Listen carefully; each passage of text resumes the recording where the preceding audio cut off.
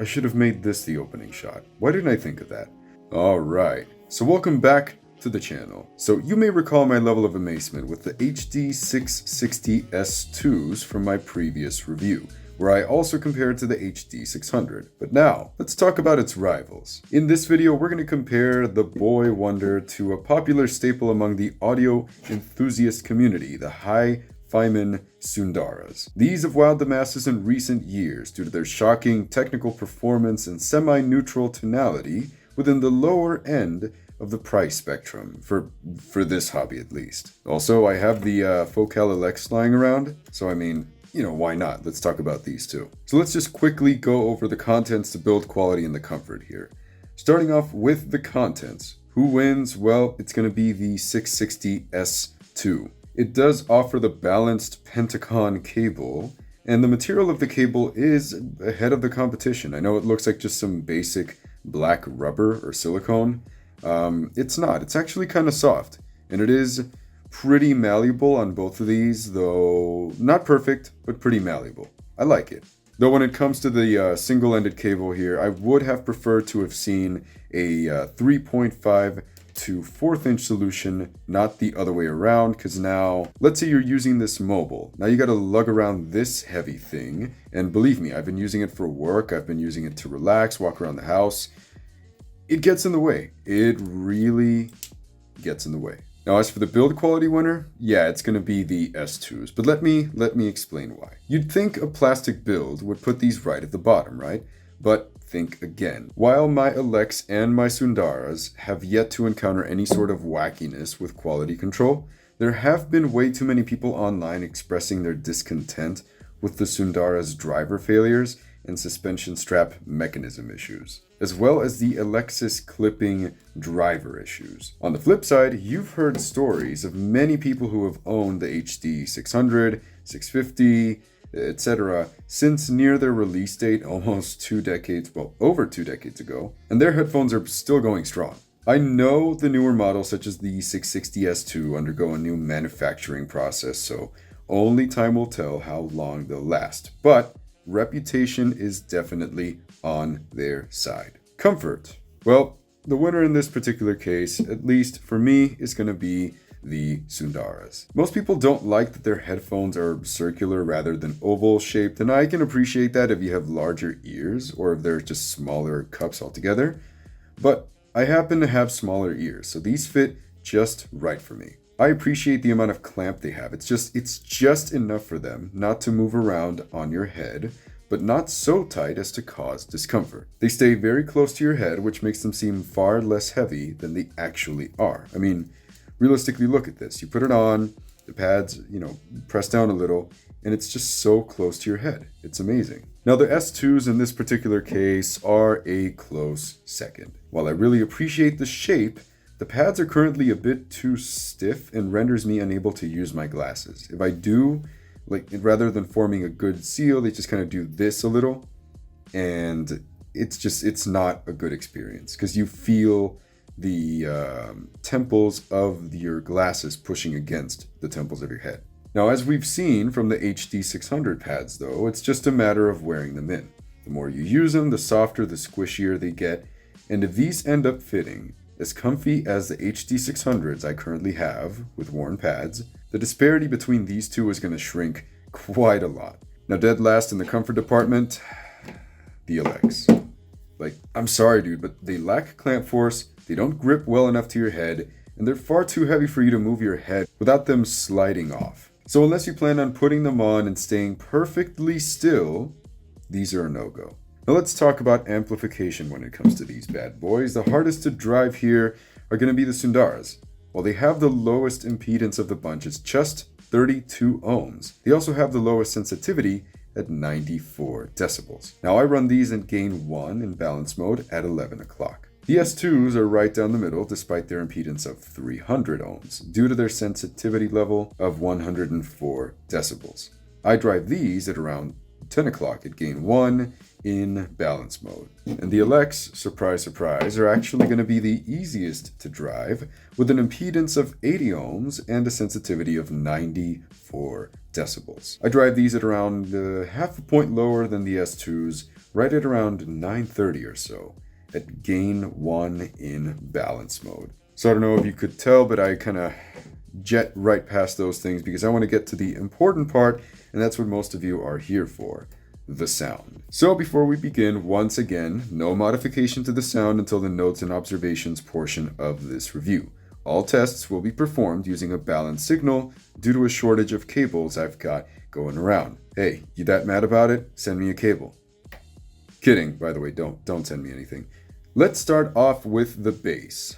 Kick drums. The S2 actually deliver the punchiest kick drum notes, with the Sundara being close behind. The clarity of notes are a tad clearer on the S2s, but the Sundaras do a slightly better job of isolating them from the rest of the instruments. The Elex are a less than close third in this case. The kick drums definitely take a step back to allow the mids and vocals to shine.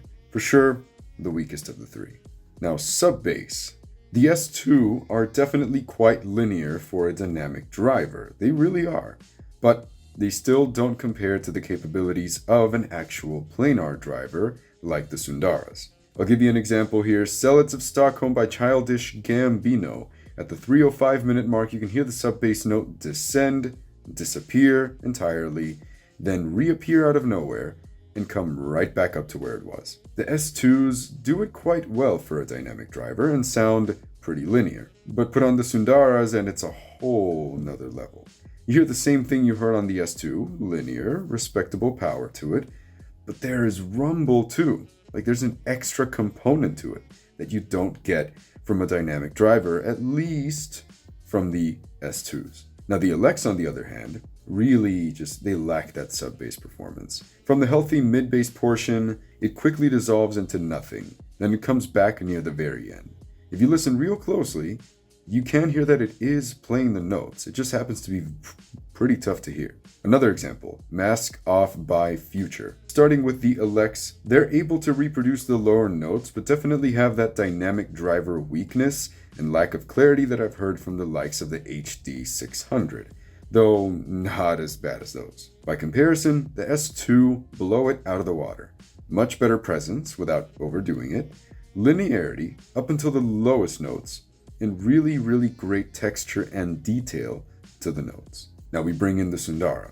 While they are able to reproduce better sub-bass presence, they do experience a bit of a roll-off in presence from the highest notes and the lowest notes. I will say the S2 definitely have the better texture, even if by just a smidge. Now let's talk about our bass guitars. As far as clarity and definition goes, the winners here are the Sundara. The S2 still have some pretty excellent texture and definition, but their response is a tad warmer and woolier here, while the Sundaras are just more solid and clean. The Elex, once again, fall behind in third place. Bass is definitely not their strong suit. They're mildly adequate when it comes to texture and clarity in this region, but I can at least appreciate that they're not blown up into infinity and bombarding you with the low end. Generally speaking, the Elex is going to be the warmest of the bunch. The S2s are close behind, with the Sundaras being last. And by warmest, I'm referring to the mid-bass. Neither of these have what I consider to be too much mid-bass, too boomy, too overdone at all. But my preferences definitely lie closer to what the Sundara have to offer. Now let's talk about the mids. The Elex have the most forward vocals of the bunch, with the S2 and the Sundara ranking close to second place. There's less intensity in the Sundara's mids than in the S2's. Cellos. The S2 produce a more natural sounding timbre, while the Elex managed to make the plucks sound a bit snappier and light. The Sundaras, while still quite enjoyable and snappy, start to lack that warmth and lushness that the cello possesses. So here it's a matter of losing tonality. It's just getting a little inaccurate here.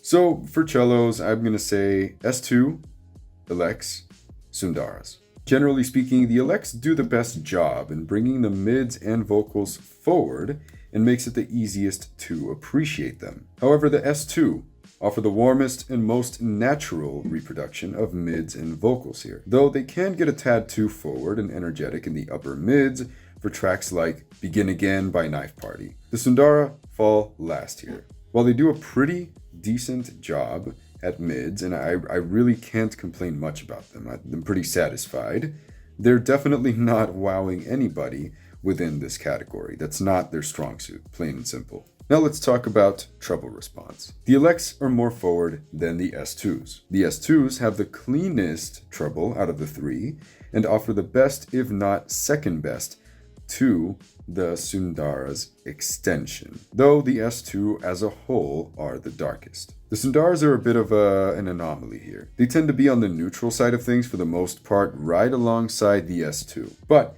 they do have that peak in the treble, a little bit like in 10K and a little bit like around 17K, that in my opinion doesn't sound bad at all. It doesn't give them harsh characteristics whatsoever.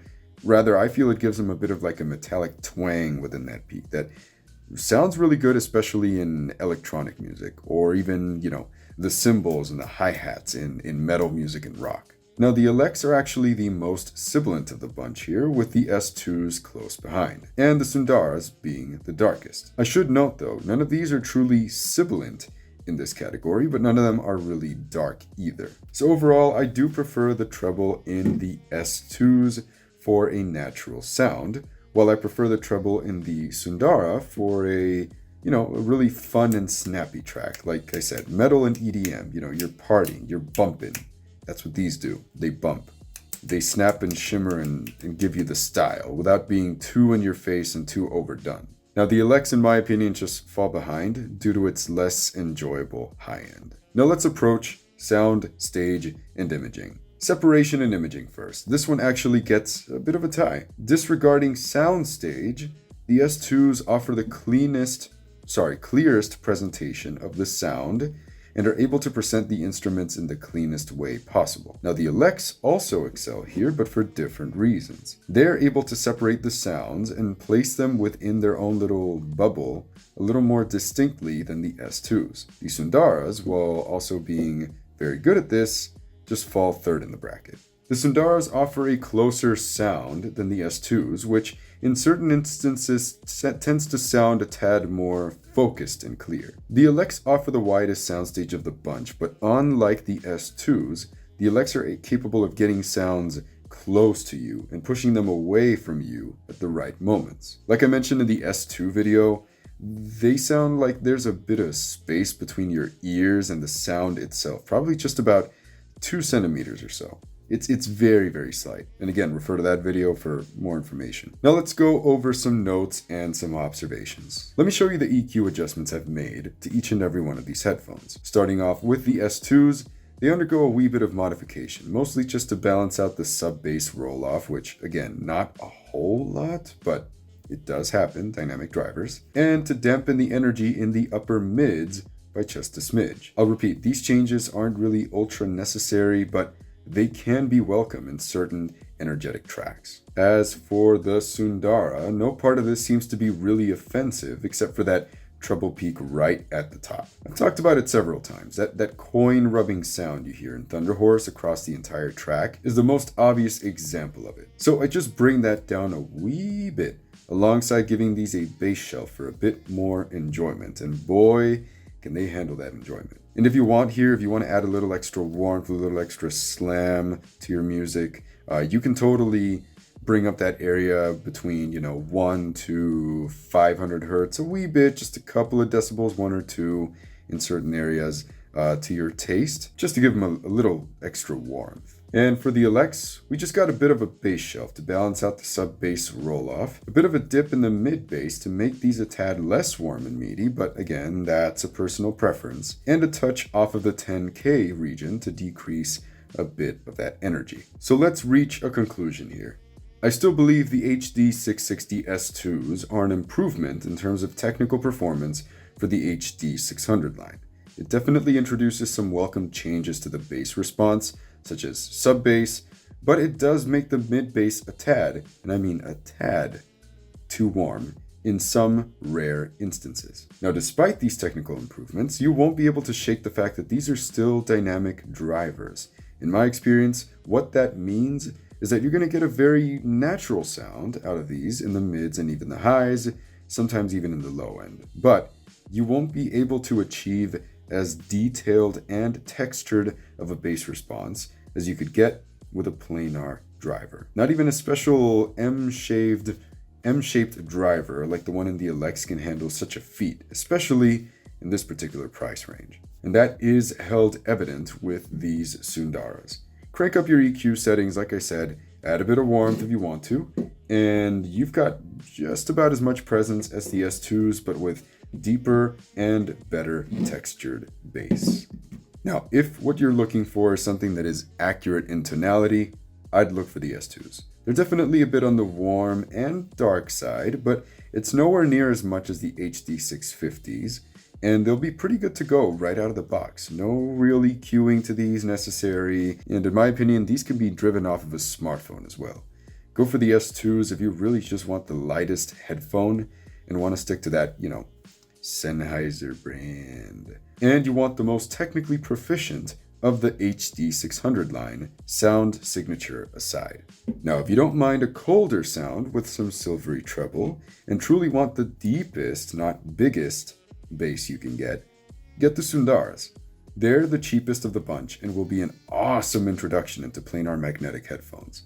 Now keep in mind, these will only sound their best being driven off of a DAC amp combo. They will not sound their best or anywhere near that using a dongle. Trust me, just no. If you're looking for the most mid-centric of the bunch,